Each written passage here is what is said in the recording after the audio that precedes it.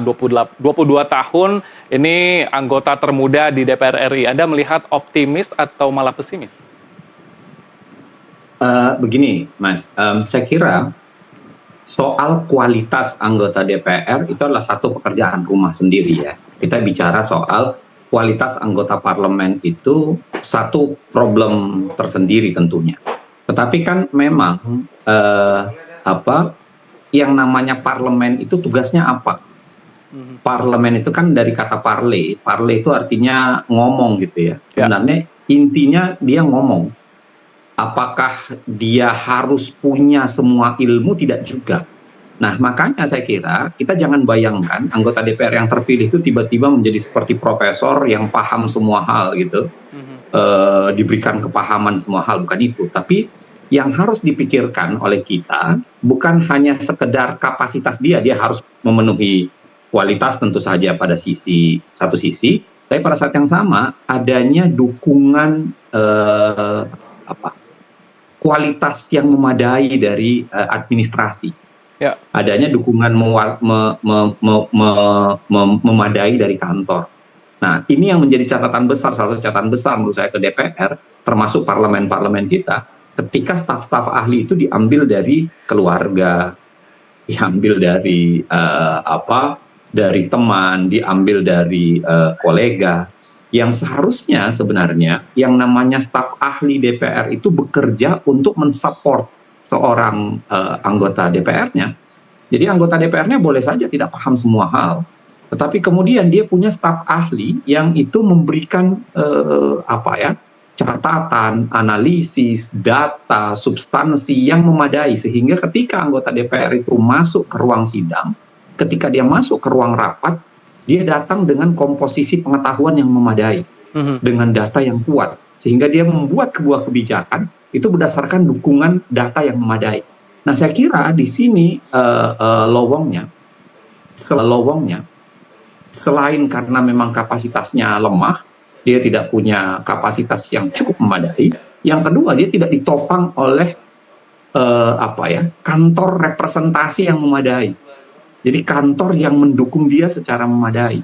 Nah, ini yang harus direformasi besar-besaran menurut saya. Di beberapa negara, kalau kita lihat, anggota DPR-nya boleh jadi tidak paham semua hal. Ya, tamatan tertentu juga tidak ada masalah. Mungkin tamatan tidak perlu harus sarjana S2 dan S3. Tetapi pada saat yang sama, dia didukung oleh staf ahli. Dia didukung oleh administrator. Dia didukung oleh kesekjenan yang sangat kuat. Mulai dari data, riset, analisis. Ada beberapa teman yang bekerja sebagai membantu di beberapa kantor parlemen itu bisa memperlihatkan betapa kemudian analisis dan datanya itu memadai, dan itu yang diantar oleh anggota parlemen masuk ketika rapat. Kalau kita lihat anggota DPR kita, ada yang beberapa di antaranya melakukan itu ya, dengan kemampuan datanya pribadi dan lain-lain sebagainya, dia mencoba melakukan itu. Tapi sebagian besar itu adalah business as usual. Datang ke DPR, hanya duduk, menyampaikan pendapat seadanya, pulang gitu. Dia tidak dibarengi dengan kapasitas yang memadai. Nah, di sini yang saya ingin katakan bahwa kesekjenan DPR, konsep dukungan kepada anggota parlemen itu yang harus direformasi besar-besaran. Jangan lagi menggunakan logika teman dekat, kolega, keluarga yang kemudian diangkat, diberikan gaji hanya untuk menjadi pendukung dari anggota parlemen, tapi nyaris tidak melakukan lompatan apa-apa yang besar dan menguatkan kapasitas analisis anggota DPR. Jadi saya kira kalaupun kapasitas personalnya kurang, seharusnya office-nya yang bisa dikuatkan, fungsi office-nya gitu, fungsi keanggotaannya yang bisa dikuatkan dengan dukungan yang memadai dari representasi office-nya gitu, atau orang yang menguatkan dia sebagai anggota DPR. Dan memang sebagaimana diketahui tidak sedikit dari anggota DPR terpilih 2024-2029 ini yang merupakan selebriti. Apakah Anda melihat ini akan mengakomodir dari penyampaian dari suara masyarakat, Mas Uceng? Saya kira karena kalau data ya, seingat saya ya, saya nggak buka datanya sekarang, tapi seingat saya datanya mengalami kenaikannya. Ya. Dari jumlah selebriti dibanding 2019-2024 itu lebih naik dari 2004, 2024, 2029. Saya tidak mempersoalkan itu. Karena bagi saya memang tugas parle itu adalah, salah satu tugas parlemen itu adalah tugasnya, konsepnya adalah parle. Dia berbicara, dia menggunakan haknya, dia menggunakan cara pandangnya, dia menggunakan partisipasi publik yang dia bawa untuk disampaikan. Siapapun bisa melakukan itu. Nah, mau dia anggota orang biasa, mau dia selebriti, saya kira penyampaiannya akan, malah selebriti barangkali penyampaiannya akan jauh lebih baik ya. Bahkan mungkin jangkauannya malah jauh lebih luas. Nah, problem saya adalah penguatan pendukungnya. Yang saya bilang tadi.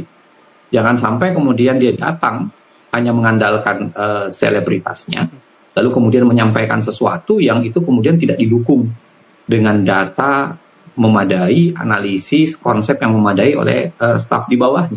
Ya. Karena dia menganggap ini adalah bagian dari, barangkali dalam tanda kutip, bagian dari show gitu. Bukan bagian dari bagaimana memperkuat proses kehidupan berbangsa dan bernegara di Republik ini. Nah, jadi saya kira mau selebritas, mau apa, itu adalah satu hal yang saya kira ya itu bagian tersendiri lah, pembicaraan tersendiri. Soal bagaimana partai yang agak pragmatis mencari orang terkenal dibanding orang yang punya kapasitas. Atau orang yang kemudian secara ideologis sama dengan ideologi partai.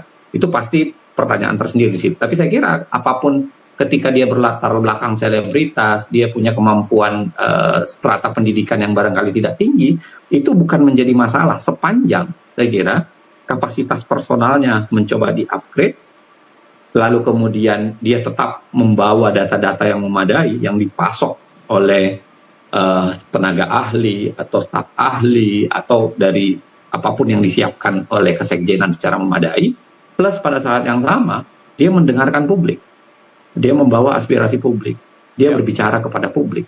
Saya kira kalau itu bisa ada, kualitasnya secara demokratis, secara demokrasi kualitasnya akan tetap bisa terjaga.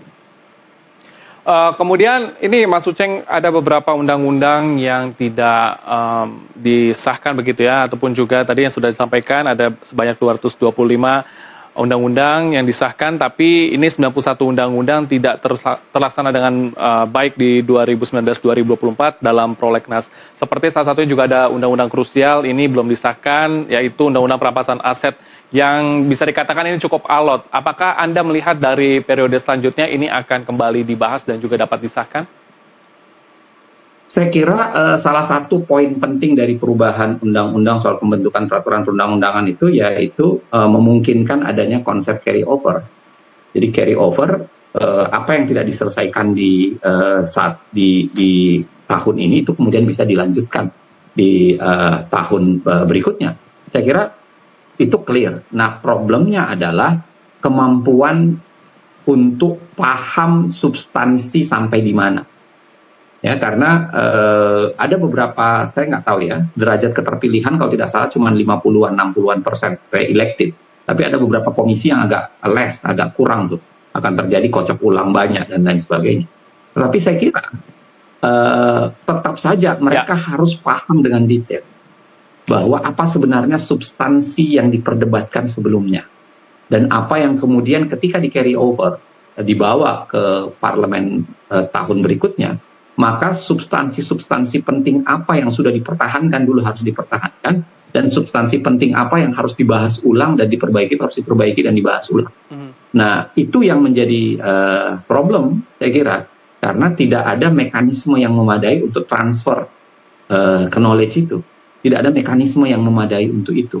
Nah, saya kira ke depan harusnya dibangun mekanisme yang memadai untuk transisi atau menjelaskan bagaimana sisi akhir yang tidak carry over dan yang belum selesai dan harus di carry over, dan bagaimana anggota baru ini bisa menerima carry over itu.